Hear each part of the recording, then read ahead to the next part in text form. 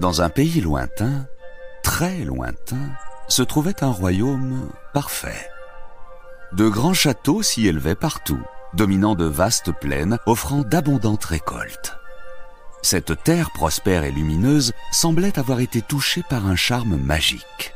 Les paisibles paysans pouvaient y travailler sans craindre ni maladie ni famine. Les belles dames se rendaient de bals splendides en banquets fastueux, et les généreux seigneurs veillaient à la protection de tout ce joyeux monde. Partout sur les routes du royaume chevauchaient de courageux chevaliers errants qui sillonnaient le pays afin d'y assurer sécurité et tranquillité. On les voyait passer au pas, en armure rutilante sur leurs destriers, saluant les villageois, s'arrêtant parfois pour se rafraîchir à une fontaine, puis repartir de plus belle à l'écoute du moindre trouble ou de la plus petite rumeur. Ces preux gardiens de l'ordre se rendaient parfois aux grandes fêtes données dans les différents châteaux. Les dames se laissaient parfois courtiser pour épouser ces preux chevaliers, donnant alors au royaume de superbes enfants qui deviendraient plus tard écuyers, puis chevaliers à leur tour. Ainsi, le royaume écoulait les plus beaux jours qui soient sous un agréable soleil. Un jour, un chevalier errant traversa une forêt quelque peu sauvage à la frontière du royaume voisin. Le charmant bois s'étendait loin et se traversait à l'aide de sentiers qui couraient de toutes parts entre les bosquets. Avançant d'un pas tranquille, le jeune sire profitait de l'ombre des arbres, observant avec ravissement les écureuils dans les branches et les oiseaux dans leurs nids. La promenade lui plut tellement qu'il se promit en lui-même de revenir souvent dans cette forêt si calme et reposante. Vers le milieu de l'après-midi, le chevalier entendit au loin le gargouillis d'une rivière et décida d'aller s'y tremper. Attachant son cheval à un arbre au bord de la route, il marcha en direction de l'eau et découvrit bientôt un ravissant ruisseau clair qui serpentait entre les arbres. Observant un endroit dans le lit de la rivière qui lui semblait assez profond pour s'y plonger entièrement, il retira son armure, la déposa soigneusement sur un gros rocher gris bordant le lit de la rivière. Avec délice, il sauta dans le creux d'eau et y barbota tout à son plaisir, descendant même au fond de l'eau pour y pêcher de jolis galets dorés qu'il pensait offrir à sa dame courtisée. Soudain, un grand fracas résonna derrière lui. Il reconnut immédiatement le bruit métallique de son armure. Pensant l'avoir mal positionnée sur le rocher gris, il se retourna, s'apprêtant à sortir de l'eau pour la remettre en ordre sur la rive. Mais au moment où il posa les yeux sur son armure, il glapit de surprise. Le rocher gris n'était en fait pas un rocher, mais plutôt un dragon. Tout aussi gros et gris que le rocher auquel il ressemblait tant. Celui-ci s'était tout bonnement baigné dans la rivière quelques instants avant le chevalier, puis s'était roulé en boule pour son agréable sieste habituelle sur la rive fraîche. Profondément endormi, il n'avait pas senti le chevalier grimper sur son dos pour y étaler son armure. À présent, réveillé en sursaut par la chute de l'armure alors qu'il bougeait dans son sommeil, il regardait autour de lui, tout étourdi, essayant de comprendre d'où provenait ce vacarme. Dragon et chevalier tombèrent alors nez à nez, s'observant, la bouche grande ouverte et les yeux écarquillés, trop ébahis pour réagir.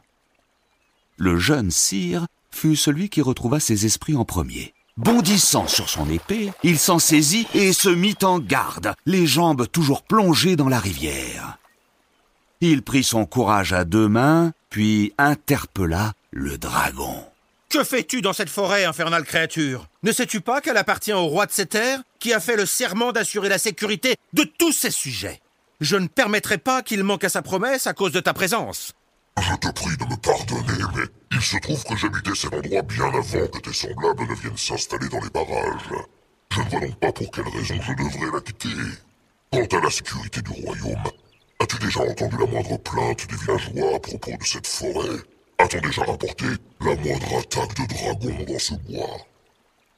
Le chevalier, fort surpris, dut bien admettre qu'à sa connaissance, aucun danger n'avait jamais été évoqué à propos de cet endroit. Les paysans traversaient les bosquets sans encombre, et les bûcherons avaient toujours abattu leurs arbres sans trouble. À vrai dire, il paraissait terriblement étonnant qu'un gros dragon puisse vivre dans cette forêt sans que personne ne s'en soit jamais rendu compte. De toutes ces interrogations, le dragon n'était pas dupe. Oh, je sais bien ce que tu penses, petit chevalier. Tu imagines sans doute que je suis comme tous les autres dragons, terribles et sauvages, crachant le feu à la moindre occasion, brûlant les récoltes et dévorant les troupeaux, terrorisant les paysans et taillant les chevaliers en pièces. Eh bien non, figure-toi. Pas d'enlèvement de princesse, pas de combat de la flamme contre la moindre épée ou de trésors fabuleux au fond d'une grotte.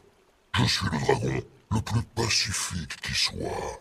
Je trouve mon plaisir lorsque je vole la nuit vers les montagnes, en chantant mes airs de dragon, en croquant un cerf juteux dans la matinée et en faisant la sieste auprès de la jolie rivière rafraîchissante. Voilà la vie que je mène, et je ne compte pas en changer. Le chevalier, ayant écouté le dragon, se trouvait maintenant si déconcerté qu'il faillit lâcher son épée dans la rivière. Au fond de lui-même, il se sentit soudain particulièrement stupide devant le calme et placide dragon. Il ne trouva d'ailleurs pas grand-chose à répondre. « Pardon, mais en venant me baigner dans cette rivière, je ne m'attendais pas à trouver un dragon assoupi. » Penses-tu que je m'attendais à être troublé dans ma sieste par un guerrier incapable de différencier un rocher d'un dragon, se permettant en plus de se servir de mon dos comme vestiaire? Je n'ai aucun problème à partager ma rivière, vois-tu, mais j'aime les nageurs discrets et aimables. Le chevalier fit alors une chose qu'aucun autre chevalier avant lui n'avait jamais fait. Baissant la tête, il présenta ses excuses au dragon. Tu es pardonné, petit chevalier. Et puisque tu es courtois, je t'invite à venir te rafraîchir dans ma rivière aussi souvent que tu le voudras. Bonne route. Le dragon se roula alors à nouveau en boule et reprit sa sieste interrompue. Le chevalier demeura un instant immobile dans l'eau, méditant sur son aventure. Puis il remonta sur la rive, enfila son armure en veillant à ne pas la faire cliqueter, enfourcha son cheval et reprit son chemin. Dans les semaines qui suivirent, il pensa souvent à sa rencontre avec le bon dragon. Un jour, alors qu'il chevauchait aux abords de la forêt sous un soleil de plomb, il décida de retourner à la rivière. Il suivit le sentier, attacha son cheval à un arbre et se dirigea vers la rivière. Il y trouva le dragon assis dans l'eau, en train de sculpter un morceau de bois à l'aide de ses griffes, tout en chantonnant un vieil air draconique. Apercevant le chevalier, le dragon le salua. « Bienvenue, petit chevalier. Viens donc, ôte ton armure et plonge dans l'eau. » Le chevalier ne se fit pas prier. Il retira son armure et rejoignit le dragon dans la rivière. Il passa la journée entière avec celui-ci, partageant un cuisseau de chevreuil rôti, pêchant des cailloux dorés et sculptant des morceaux de bois. Ils chantèrent des chansons d'hommes et de dragons, discutèrent de tous les sujets possibles, puis se séparèrent au soir en se souhaitant une bonne nuit. Bien vite, ces rencontres devinrent une habitude entre le chevalier et le dragon. Il ne se passait jamais une semaine sans que les deux compères ne se retrouvent pour passer ensemble de longs après-midi. Le chevalier apportait au dragon de succulentes victuailles inconnues du dragon, et ce dernier racontait à son ami les paysages lointains qu'il survolait lors de ses promenades. Plusieurs années passèrent ainsi, et ils développèrent une forte amitié. Un jour, à la cour, le chevalier trouva enfin le courage de demander en mariage la dame qu'il courtisait depuis si longtemps. Et celle-ci accepta. Ils se marièrent près de la forêt du dragon afin qu'ils puissent assister à la cérémonie cachée derrière les nuages. Le chevalier s'installa dans un manoir avec sa dame. Pendant 1 an, leur mariage fut le plus heureux du monde. Mais très vite, la femme du chevalier s'agaça des fréquentes visites que rendait son mari à un ami dont il refusait de lui parler et qu'il rencontrait au moins une fois par semaine. Elle finit par se convaincre qu'il ne s'agissait pas d'un ami, mais d'une autre dame que son mari cherchait à séduire.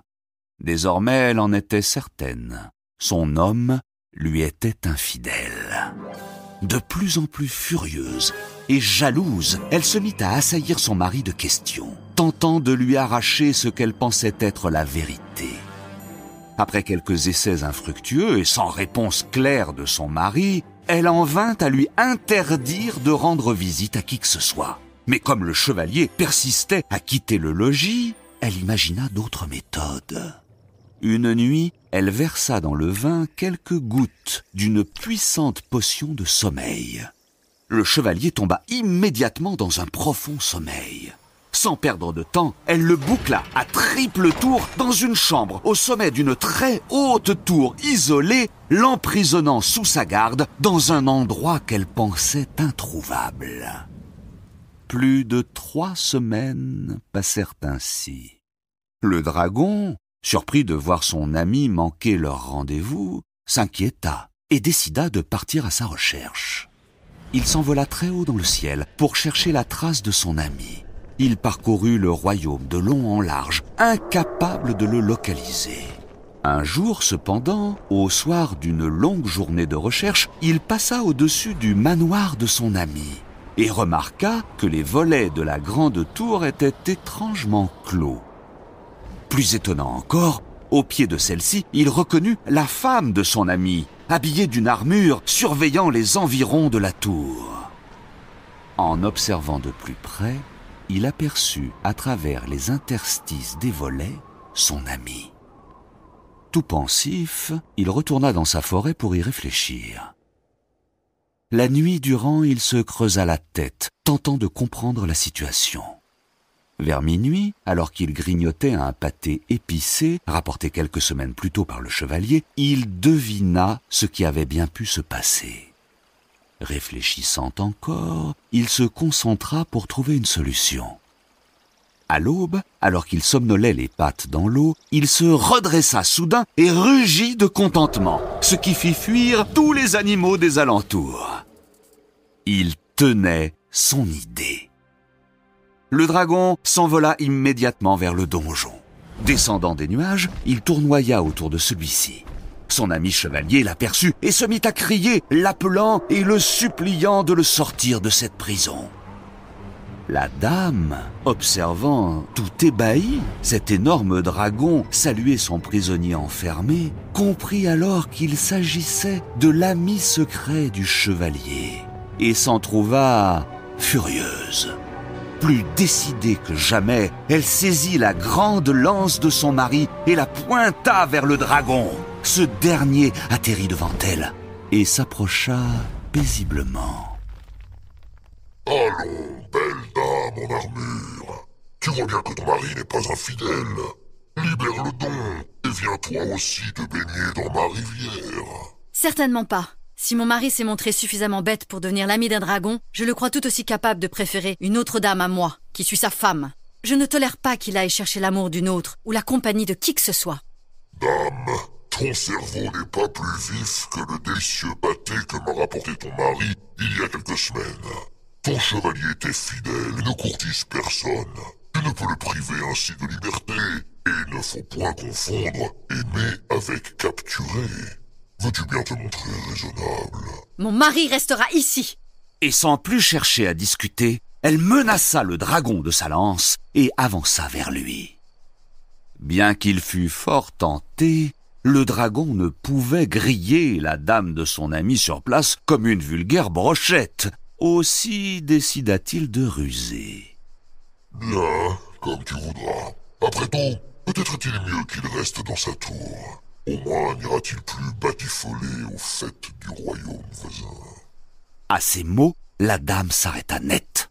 Le dragon, voyant que son stratagème fonctionnait, s'empressa de continuer. Il faut bien dire que les dames y sont fort jolies. Vêtues comme des anges et gracieuses comme des biches, je comprends qu'ils s'y rendent souvent. La dame du chevalier bouillonnait tellement dans son armure que celle-ci semblait sur le point de devenir rouge et fumante.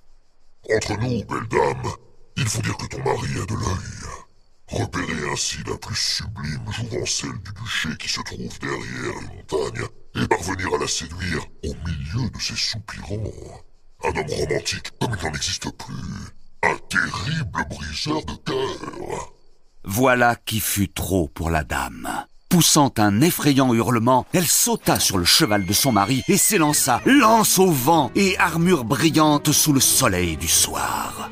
Pensant régler ses comptes au duché au-delà des montagnes où les conquêtes de son mari devaient se pâmer en attendant son retour, elle chevaucha à bride abattue et disparut bientôt derrière les collines. Riant de sa ruse, le dragon délivra son ami qui le remercia encore et encore pour son aide. Célébrant cette libération, les deux amis partirent à la forêt, faisant un détour par le garde-manger du chevalier et s'offrirent un mémorable banquet au bord de la rivière. On ne revit plus jamais la femme du chevalier, occupée au loin à chasser les amantes imaginaires de son mari. Celui-ci ne la regretta pas le moins du monde, soupirant seulement après sa belle armure disparue et son superbe cheval. Il reprit ses chevauchées tranquilles à travers le royaume, et avec elle ses heureuses haltes au bord de la rivière en compagnie de son ami, se défiant l'un l'autre en concours de rimes ou dégustant les meilleurs vins de l'année.